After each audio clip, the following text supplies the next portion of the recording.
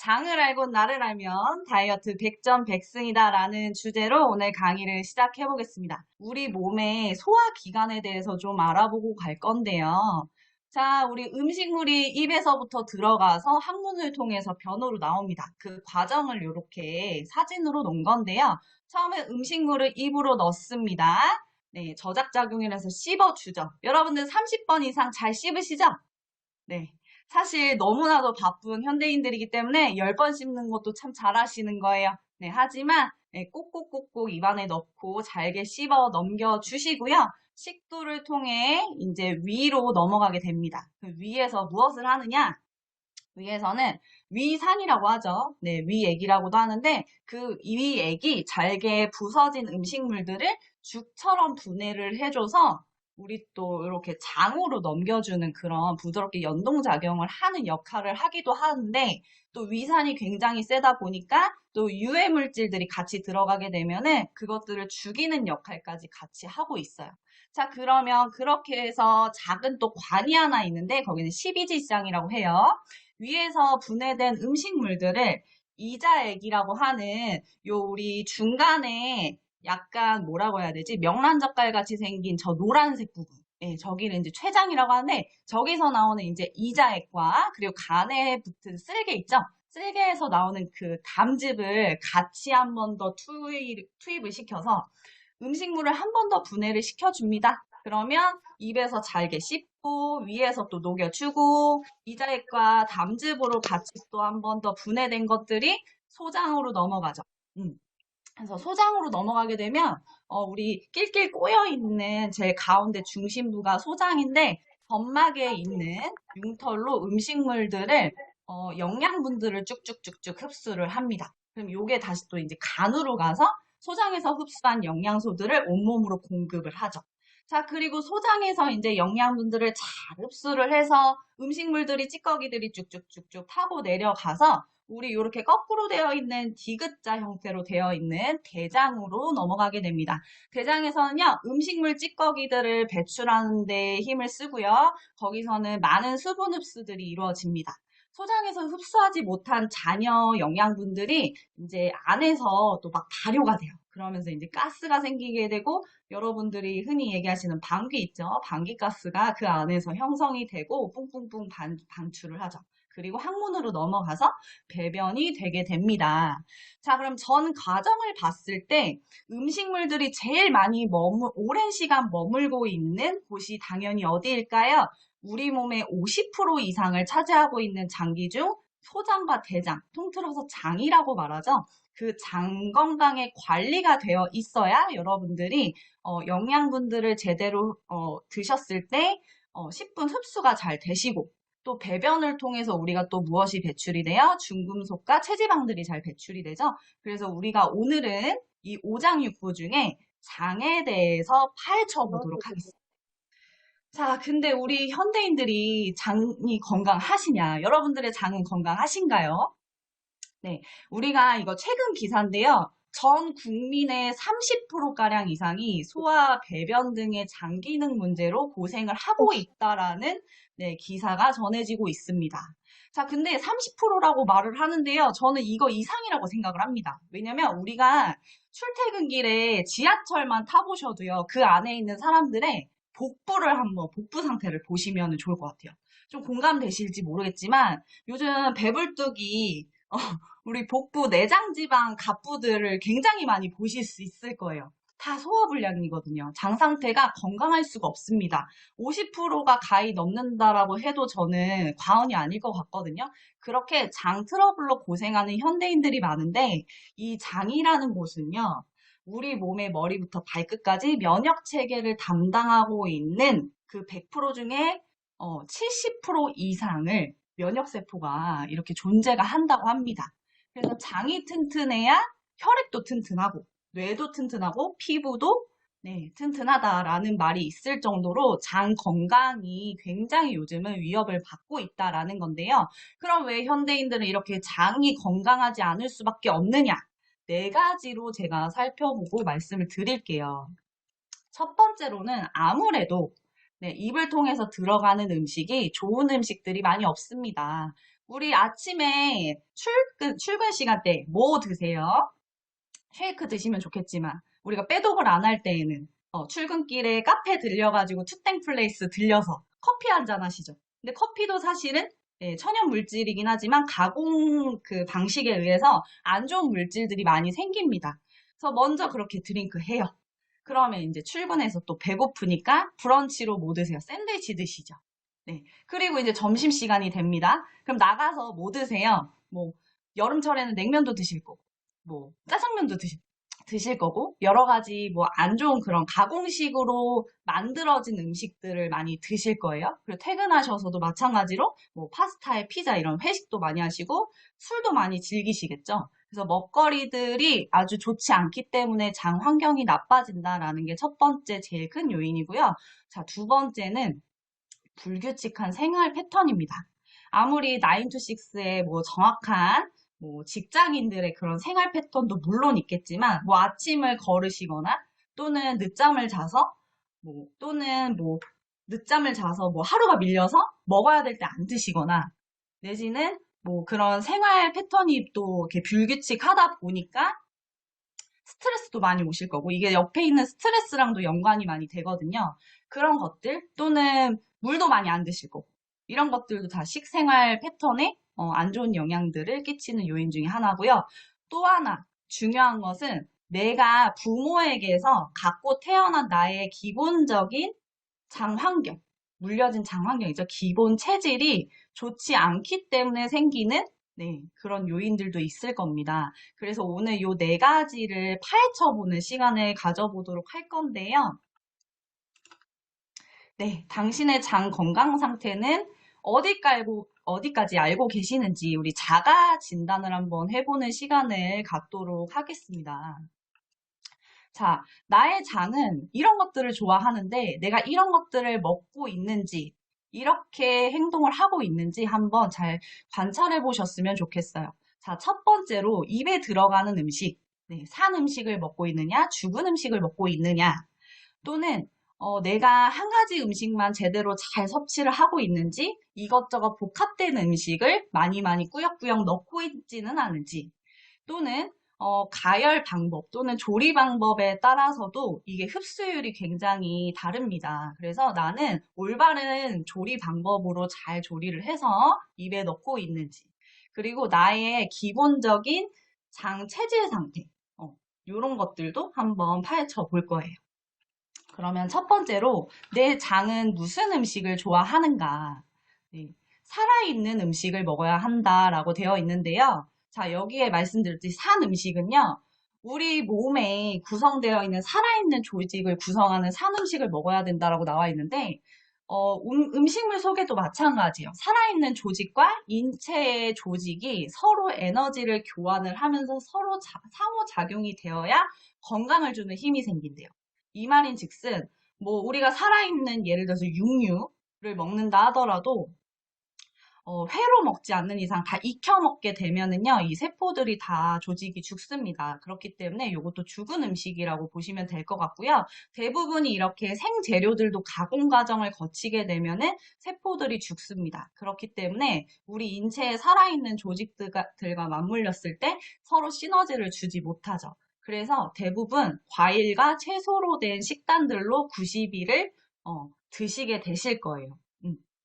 그렇다라고 했을 때 그런 과일과 채소를 주식으로 드시는데 이것들을 드시면 왜 좋으냐? 일단 식이섬유가 풍부하기 때문에 대장에서 변을 만드는 데 도움을 주죠. 그래서 배변 활동에 굉장히 많이 도움을 주고요. 또 하나, 과일과 채소에는 수분이 많기 때문에 음식물에 있는 영양분들을 몸에 모든 그 세포에 전달하는 역할들을 같이 하고요. 그리고 그 과일과 채소에 있는 수분들이 또 하는 역할 중에 중요한 역할이 몸에 있는 체내 독성 노폐물들을 제거하는 역할을 한다고 합니다. 그래서 빼독 15일을 하는 동안에 아침 과일식 하시는 거 중요하게 말씀드리는 이유가 이 독성 노폐물을 제거하기 위함 때문에 말씀을 드리는 거예요.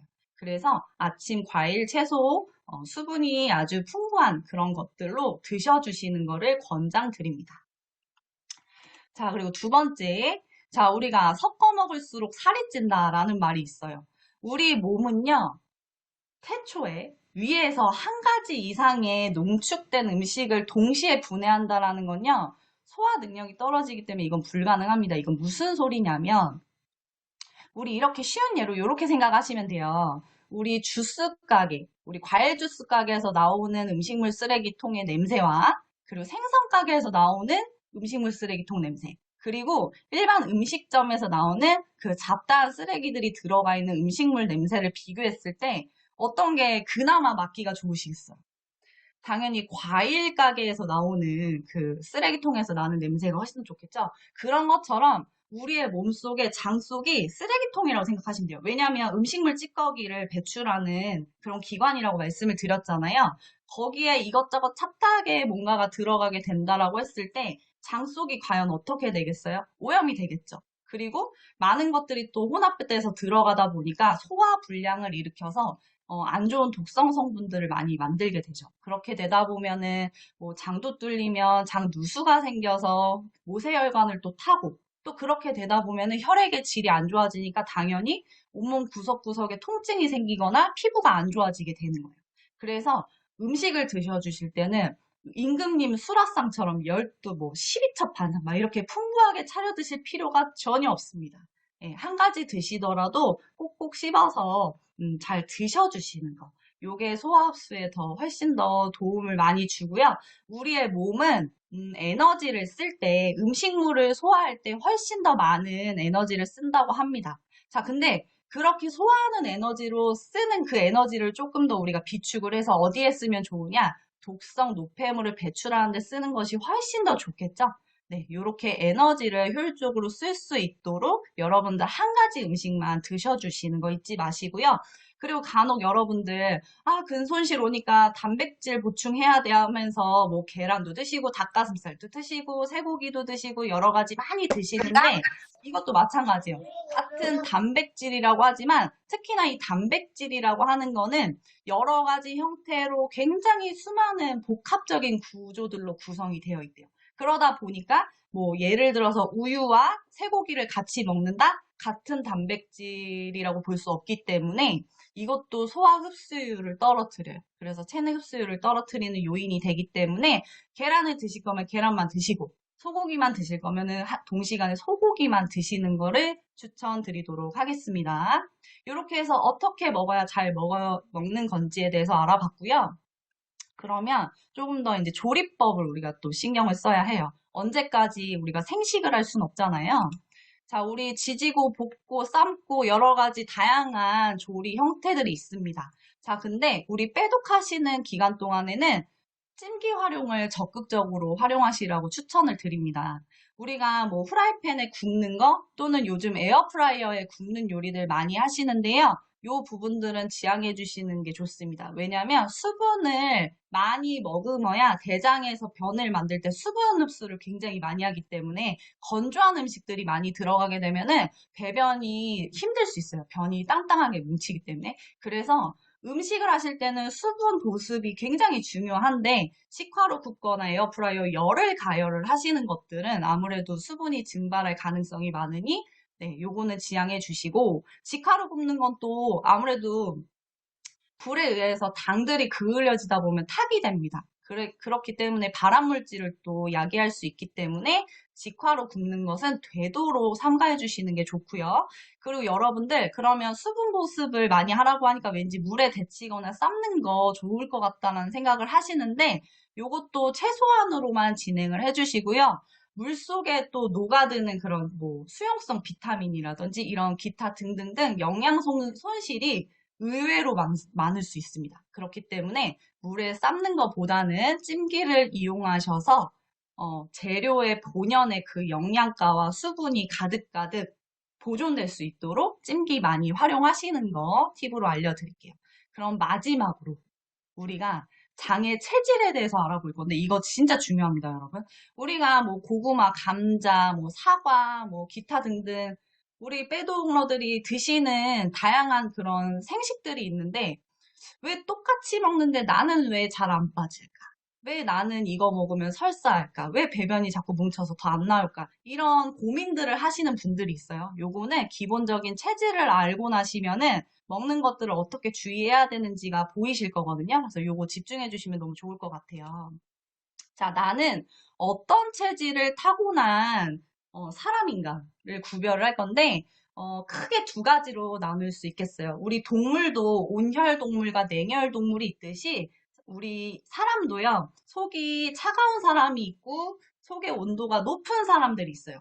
나는 열이 많아서 손발이 항상 따뜻해. 내지는 손끝까지 막 한여름에도 막 차가우신 분들, 이런 분들이 있어요. 그래서 크게는 차가울 그래서 한성 체질, 그리고 열이 많다 해서 열성 체질, 이렇게 두 가지로 나뉘어 볼 건데요.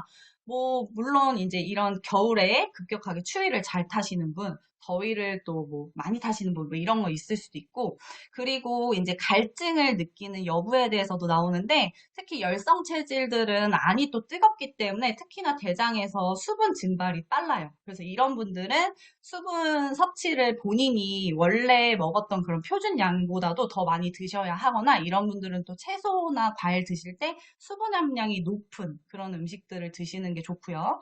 그리고 차가운 것을 싫어한다, 좋아한다. 이거는 대번에 알 수 있습니다. 여러분들 아침에 일어나셔서요. 차가운 물 한 컵 벌컥벌컥 드셔보세요.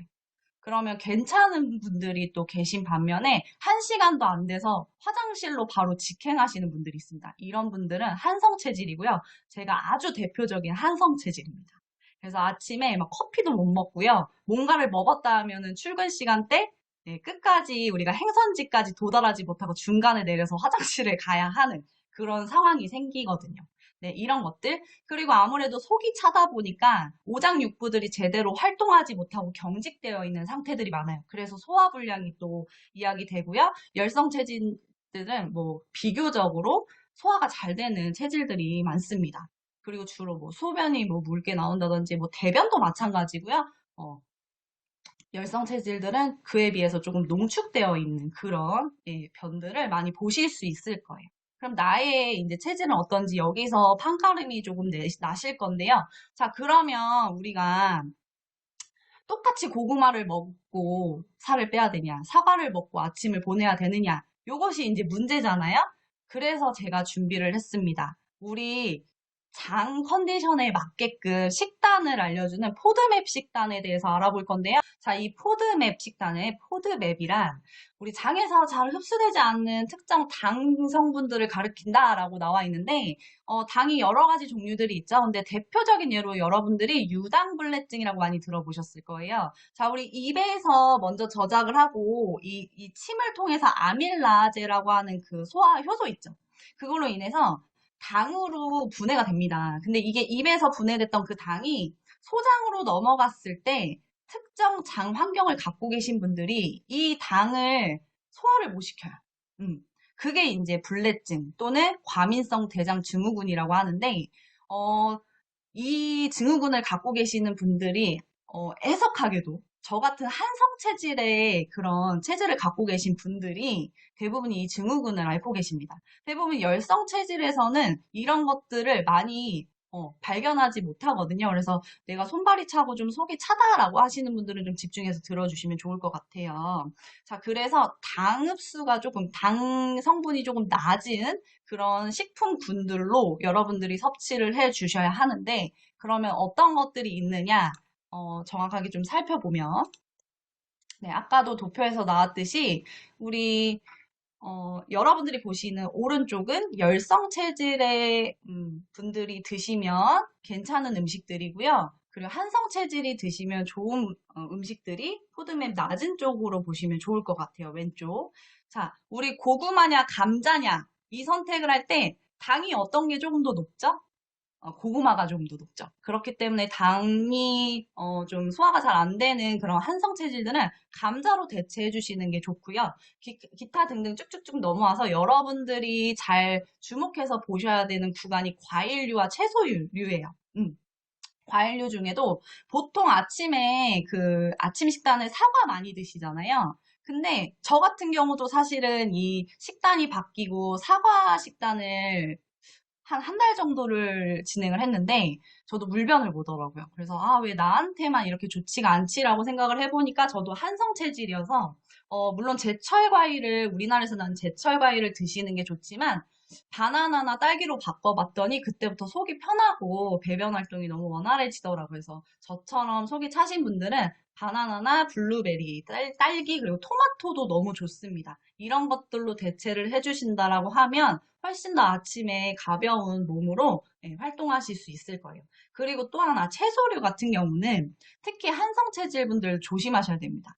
특히 땅과 가까운 땅뿌리 채소 음식일수록 얘네들이 자생할 때 나무 열매과 아이들은 날아다니는 벌레에 의해서 갉아먹히니까 얘네들도 독성이 물론 있지만 땅에 있는 것들은 동물도 있고 벌레도 있고 수많은 아이들로 인해서 위협을 당하거든요. 그러다 보니까 자생하면서 독소들을 굉장히 많이 머금고 있습니다. 그래서 이런 것들은 특히나 드실수록 익혀서 드시는 습관을 꼭 가지시는 거 반드시 권장을 드리고요. 제가 작년에 콜라비가 한창 유행할 때 콜라비를 제가 반 통을 먹고 잤다가 선풍기 아줌마처럼 이렇게 온몸이 머리부터 발끝까지 부어 올랐던 일이 있었어요.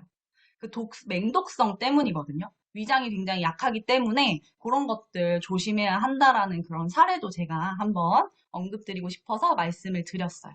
자, 그러면 우리가 음식으로도 충분히 해결될 수도 있지만 우리가 음식을 잘 못 챙기실 거예요. 대부분 다이어리들을 보면 바쁜 일상 때문에 음식물을 많이 못 드시는 분들이 계시거든요. 그래서 배변 활동에 불편함을 호소하시는 분들이 있는데 여러분 괜찮습니다. 우리 파마넥스 제품군이 있거든요. 이 도움을 좀 받아보시면 좋을 것 같아요. 자, 우리 한성 변비라고 하는, 우리 변비라는 말은요, 사실 뭐, 제가 뭐 3일 만에 묵은 변을 봤어요. 뭐 7일 만에 한 번씩 봐요. 뭐 매일매일 싸요. 매일매일 싸는데 아침 저녁으로 싸요. 뭐 등등등 다양합니다. 근데 변비라고 말하는 건요, 매일 싸는 게 변비가 아니다라고 말할 수 없는 게 여러분들 또 안에 있는 숙변을 또 갖고 계신 분들이 있거든요. 그래서 한 번을 3일 만에 보더라도 쾌변을 하셔야 되는데 이런 것들이 어려운 분들한테 제가 솔루션을 드릴게요. 첫 번째, 속이 찬 한성 체질인 분들은요.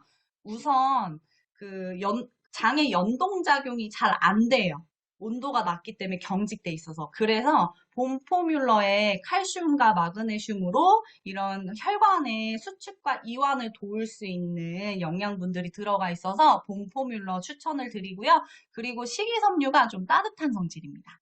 그리고 묽은 변을 보시는 분들은 이런 것들이 이제 변을 뭉치게 하는 그런 성질이 있거든요. 그래서 화이번에 추천드리고요. 자, 그리고 열성변비이신, 속에 열이 가득가득하신 분들은요, 유산균이 차가운 성질입니다. 그래서 프로바이오틱스로 조금 더 그 화기를 눌러주는 그런 역할을 또 하게 되고요. 그리고 오메가3. 요거는 좀 수분이 부족하신 분들은 사실 물을 그래서 자주 드셔야 되는데 내가 물도 물이지만 우리 피부도 마찬가지잖아요. 건조하신 분들이 수분만 계속 넣진 않거든요. 약간의 오일감도 필요한데 그래서 오메가3 요거 내 장에 오일을 조금 충전하는 느낌으로 만약에 오메가3가 지금 당장에 배송이 안 왔다라고 하면은 집에 있는 올리브유 한 스푼 드시는 것도 많은 도움이 되실 것 같아요. 그리고 공통사항이에요. 우리 장내 마이크로바이옴이라고 하는 머리부터 발끝까지 유익균과 유해균의 그런 밸런스를 맞춰주는 메타라는 아주 혁신적인 제품이 작년에 또 출시가 됐죠. 메타도 한성체질, 열성체질 할 것 없이 너무나도 장 컨디션을 회복하는 데 도움을 주고요. 그리고 장 컨디션이 안 좋아지는 요인 중에 하나가 또 스트레스입니다. 그래서 그 스트레스를 또 보완할 수 있는 코티트롤이라고 하는 솔루션 제품도 있고 하니 내가 스트레스가 평소에 좀 많아서 배변을 못 보는 것 같다라고 하시면 이 제품의 도움을 한번 받아보시고요.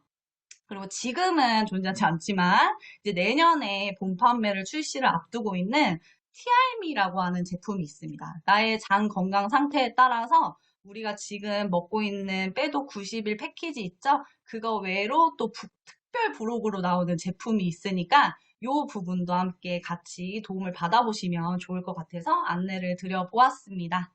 네, 제가 준비한 순서는 여기까지인데 여러분 우리 지금 들어와 계신 회원님들 모든 기수가 거의 우리 프로그램 막바지에 접어드신 분들이 많이 계시거든요. 근데 아직까지도 다이어리 상태를 보면 드시는 양이 굉장히 현저히 적습니다. 우리 앞으로 남은 30일 동안에도 배변 활동 굉장히 잘 하셔야 하거든요. 체지방 배출은요, 거의 경로가 80% 이상이 배변 활동이에요. 그렇기 때문에 땀 빼서 운동하려고 운동에 힘쓰지 마시고 여러분들 무조건 건강한 음식으로 잘 충분히 드셔주시고 수분 흡수 잘 하셔서 많이 많이 잘 드시고 잘 싸는 그런 빼덕러가 되셨으면 좋겠습니다. 자, 여러분, 히포크라테스가 이야기했습니다. 모든 질병은 장에서부터 시작을 한다. 그래서 여러분, 오늘도 장 건강에 신경을 쓰셔서 슬기로운 빼닥 생활로 백전백성 하시는 하루가 되셨으면 좋겠습니다. 네, 긴 시간 같이 해주셔서 감사합니다.